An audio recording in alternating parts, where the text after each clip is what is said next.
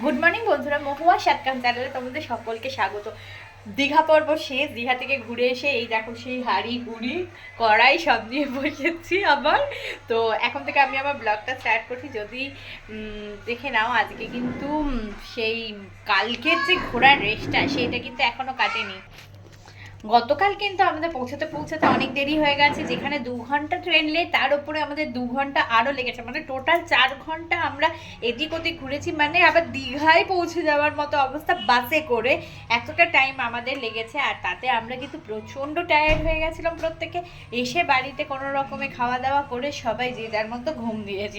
কল্পনাদি মাছ কাটতে বসে গেছে। ইলিশ মাছ আর পমফ্রেট মাছ মা পাঠিয়েছিল, বিশ্বাস করো 4 ঘন্টা লেট করার পর তারপরে মাছের কন্ডিশন যে ভালো থাকবে সেইটা মানে আমি জানি না, ঠাকুরকে ডাকছিলাম যাতে ভালো থাকে। যাই হোক, পমফ্রেটের অবস্থা খুব একটা ভালো না হলেও ইলিশটা যথেষ্ট ভালো আছে।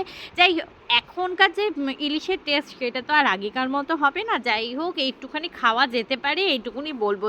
চলো রান্নাটা করে নিই, তারপরে তোমাদের সঙ্গে দেখা হচ্ছে।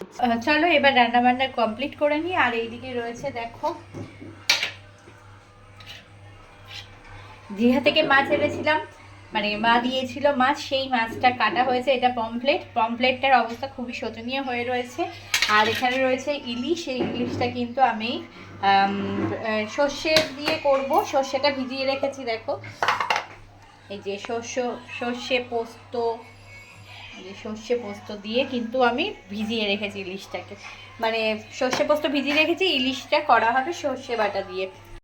কড়াতে তেল নিয়ে নিয়েছি, সর্ষে পোস্ত সব বেটে রাখা রয়েছে। চলো ঝটপট করে আগে আমি পমফ্লেটটা করে। দীঘার মোহনাতে একটা জিনিস দেখলাম, যেটা হচ্ছে ধরো মাছ নাও যাই না সেগুলো প্যাকিং করে দেবে। সেই প্যাকিংয়ের জন্য কিন্তু আরও এক্সট্রা টাকা নেয়। আর কিন্তু একদিকে উপকার হয় যে দেখো, আমরা 4 ঘন্টা ধরে এদিক ওদিক ঘুরে তারপরে বাড়ি এসেছি, তো তাতেও কিন্তু মাছটা আমাদের সেরকমভাবে নরম হয়নি। এই যে পমফ্লেটের সাইজ দেখো, এইটার মাথাটা বাদ গেছে, খালি এক পিস আমরা করে নিচ্ছি। তো চলো রান্না বান্না কমপ্লিট করে নিয়ে এবার কিন্তু আজকে বিকালবেলা আছে মেয়ের নাচের ক্লাস, তো নাচের ক্লাসে যাব। আর একটা জিনিস ওদের দেখাচ্ছি দেখো, ইলিশটাকে না ওরা কি সুন্দর করে প্যাকিং করে দিয়েছিল। বেশ বড় একটা থার্মোকল ছিল, সেই থার্মোকলের মধ্যে ইয়ে করে দিয়েছিল। আর আমাদের এই মাছটায় কোনো ডিম নেই, মারা যেই মাছটা নিয়ে গেছিলো সেই মাছটা কিন্তু ডিম ছিল। দই পোস্ত এগুলো কিন্তু দিয়ে ভিজিয়ে রেখে দিয়েছি হলুদ দিয়ে। তো চলো পমফ্রেট মাছটাকে করে ফেলি।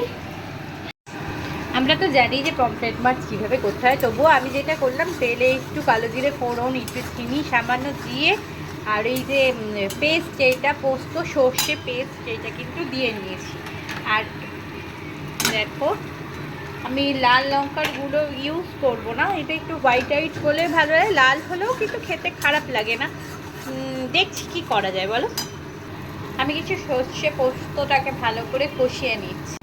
সর্ষে পোস্ত ভালো করে কষিয়ে নেওয়ার পর স্লাইট একটু জল দিয়ে দেবো, দিয়ে কিন্তু মাছটাকে ছেড়ে দেবো।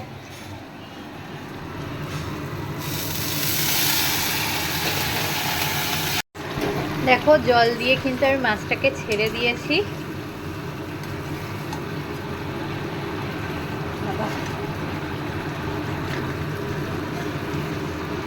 যেহেতু আমার বর খায় না ইলিশ, তাই জন্য কি ইলিশ দেওয়া হলো না। আর এই দেখো সঙ্গে নিয়ে নিচ্ছি ধনে পাতা, এটা কিন্তু গার্নিশিংয়ের জন্য দেবো। আর দুটো, একটা লাল একটা সবুজ কাঁচা লঙ্কা, যেটা কিনা আমি চিড়ে নেব।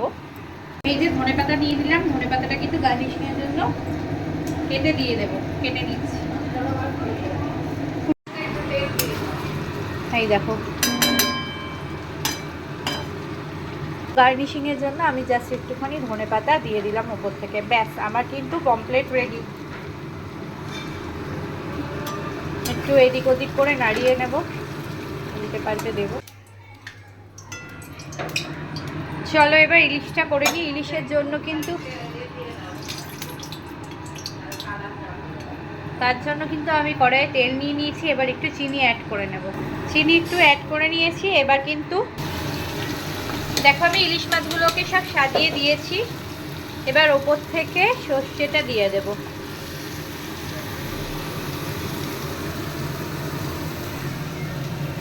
বাকি যে সর্ষেটা গায়ে লেগে রয়েছে সেটার মধ্যে কিন্তু একটু জল দিয়ে